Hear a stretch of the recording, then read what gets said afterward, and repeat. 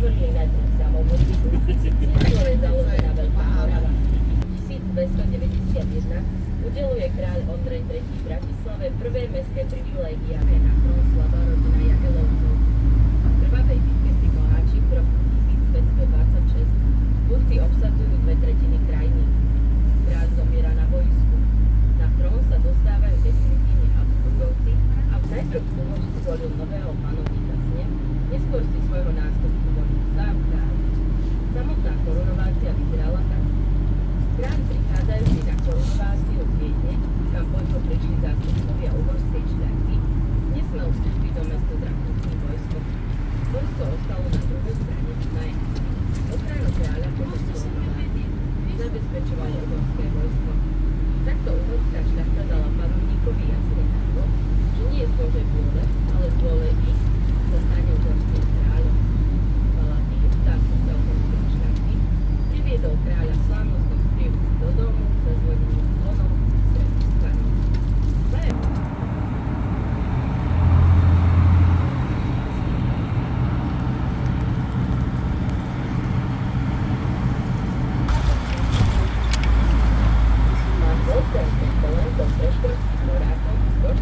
Šachovnicou a prístupom Turka, ktorý za ňou sedel. Ovládal prístupky svojou ľavou rukou. V stroji bol skrytý šachista tak, že ho obecenstvo ani po otvorení skrytky nemalo šancu vidieť. Zabezpečoval to dômyselne zostavený systém zrkadiel s chobami. Väčšina z nich však prehrala.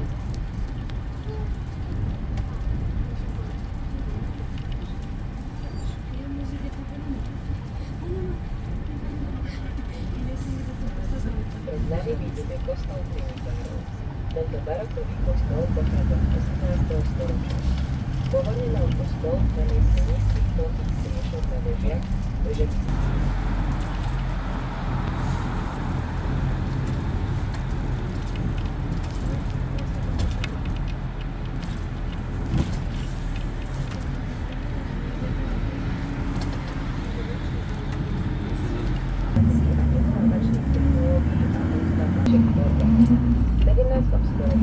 dal primár Michail Štaj postaviť za palácom luxusnú renesančnú záhradu s fontánami, plastikami a ledorázkom.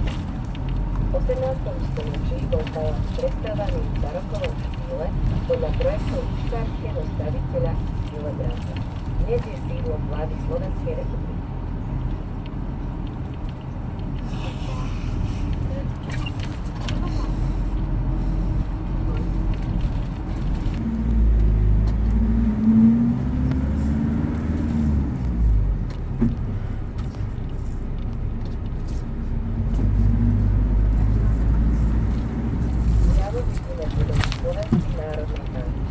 Je vysoká 111 metrov a má 33 podlaží. Obsahuje 23 výťahov, z toho v závodnej strane budovy 6 rýchlo výťahov. Úplne hore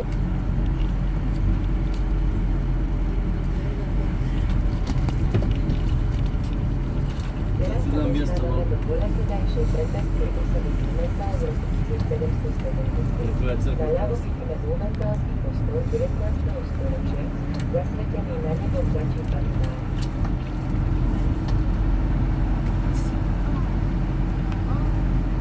Teraz prechádzame Radnického ulicu.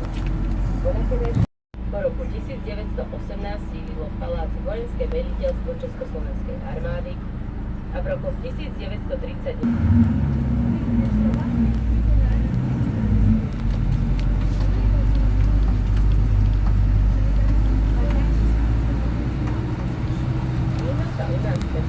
od staroveka. Zásluhu o rozvoj vinárstva mal Ondrej II. V 13. storočí, za ktorého panovania sa stalo Uhorsko jedným z najvyspelejších štátov.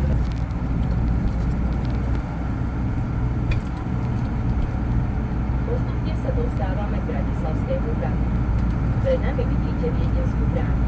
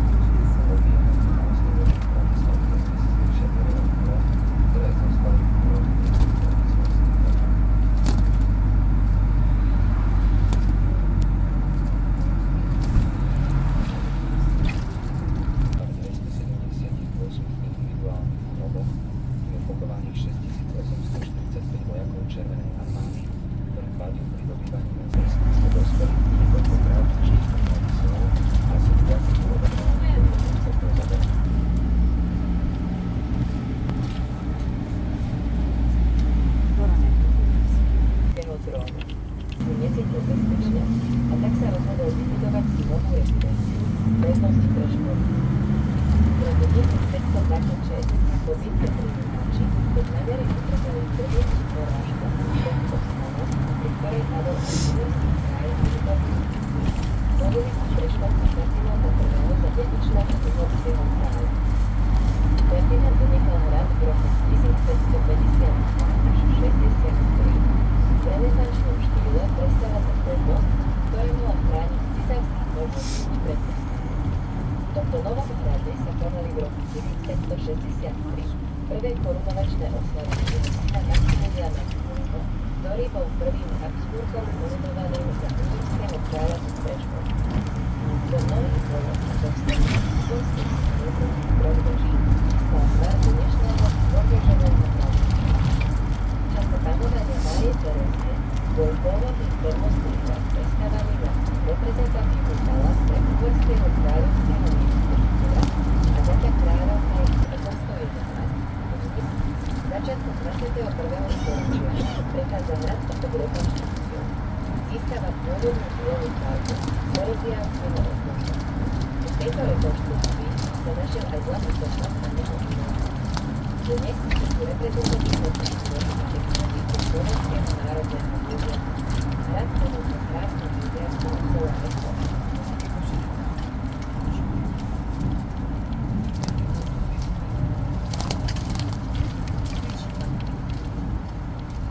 Nech sa páči, tu si môžete vystúpať. Prestávka trvá 20 minút. Prosím, zabraťte si so sebou všetky vaše veci. Zapamätajte si číslo vozidla, opäť tam ho budete nastupovať. Príďte prosím včas, nakoľko to nie je možné stáť. Ďakujeme za...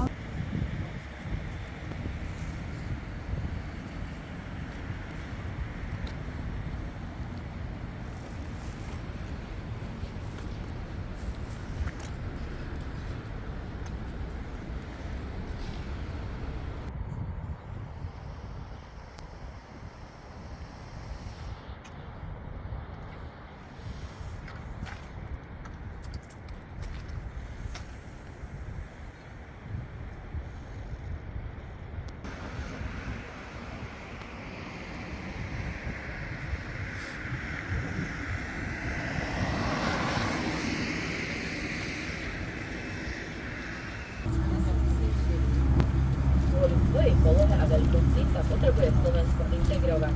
Aj vďaka tomu zákonu OECD sme súčasťou stredoeurópskej oblasti voľného obchodu CEFTA, sme členmi NATO a tohto paláca sa konali veľkolepé slávnosti, bály a...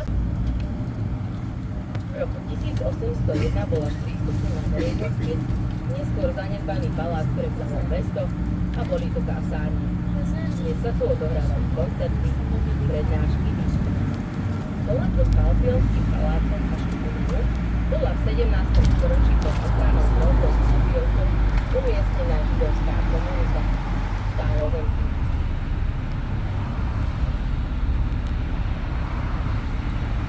Naľavo vidíme mestské opevnenie. Obkolesovala ho vodná priekopa, ktorá bola z časti naplňaná Dunajskou vodou a palisádami. V časoch mieru sa v niektorých častiach priekopy chovali ryby. Samotné hrady sa skladali dvom múrov. Keď sa ťahol cez veda priekopy a rovnobežne sú vyšší, obranné veže a bašty boli vysunutné pred hrad.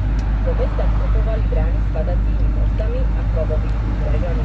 Týchto brán mali podpíšte, bol vypozádaný múr. Zatiaľ strážnici pozorovali mesto a okolie. Hlasnou trúbou oznamovali príchod nepriateľa, požiare alebo zvonili zlom počasí, aby meštene nachádzajúci sa v okolí mesta potrafili brány.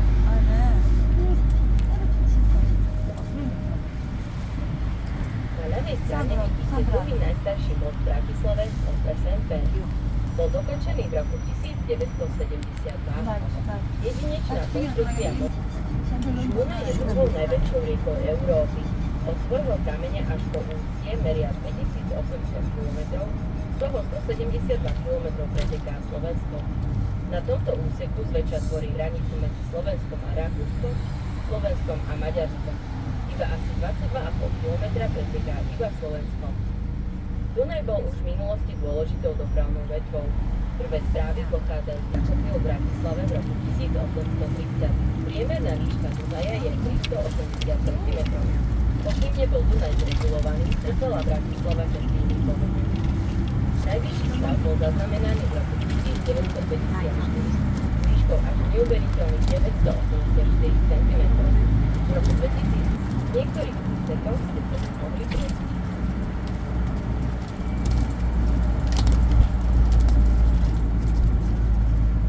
Z Bratislavského hradu kedysi viedla tajná chodba do nedalekého rakúskeho mesta Freiburg pod Dunaj. Dokopy sa v nej dalo premiesňovať končí zábrahom. Je zasýpaná už od čias Márie Terézie.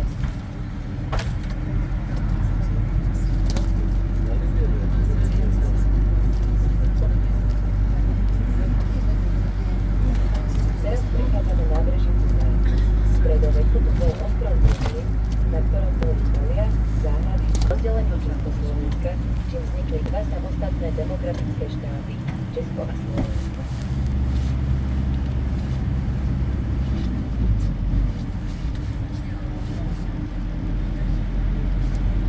Teraz prechádzame modernou časťou bratislavského nábrežia nazývanou Eurovea. Je spojená s centrom mesta nábrežím. Bola otvorená v roku 2010. Je to komplex obytných, administratívnych, obchodných a kultúrno-relaxačných priestorov. V komplexe sa nachádza aj Tepilský koncertný teatr. Tu vidíme budovu Slovenského národného divadla. Nachádzajú sa tu 3 sály. Sálu baletu, opery a činohry. Tieto 3 divadelné priestory poskytujú spolu približne 1700 miest pre divákov. Prvý impuls k výstavbe novej budovy Slovenského národného divadla bol v roku 1959. Britská architektka Zaha Hadid je ikona vo svete architektúry. Bolo udelené najvýznamnejšie ocenenie pre žijúceho architekta Pritzkerova cena. V roku 2016 jej odostal Kráľovský inštitút britských.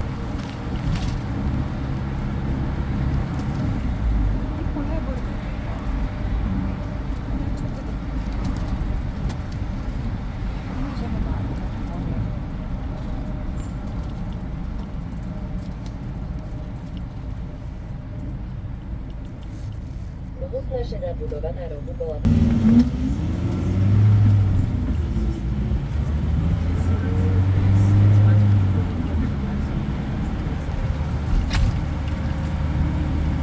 Bratislava od konca 18. storočia stráca svoje postavenie ako mosty. Ak sa vám jazda Preškoračikom páčila, prosím napíšte nám recenziu na TripAdvisor, Google alebo nás presielajte na Facebook. Ak máte záujem o ďalšie vyhliadkové jazdy alebo výlety, informujte sa u našich predajcov. Prosím, nezabudnite si so sebou zobrať všetky vaše veci.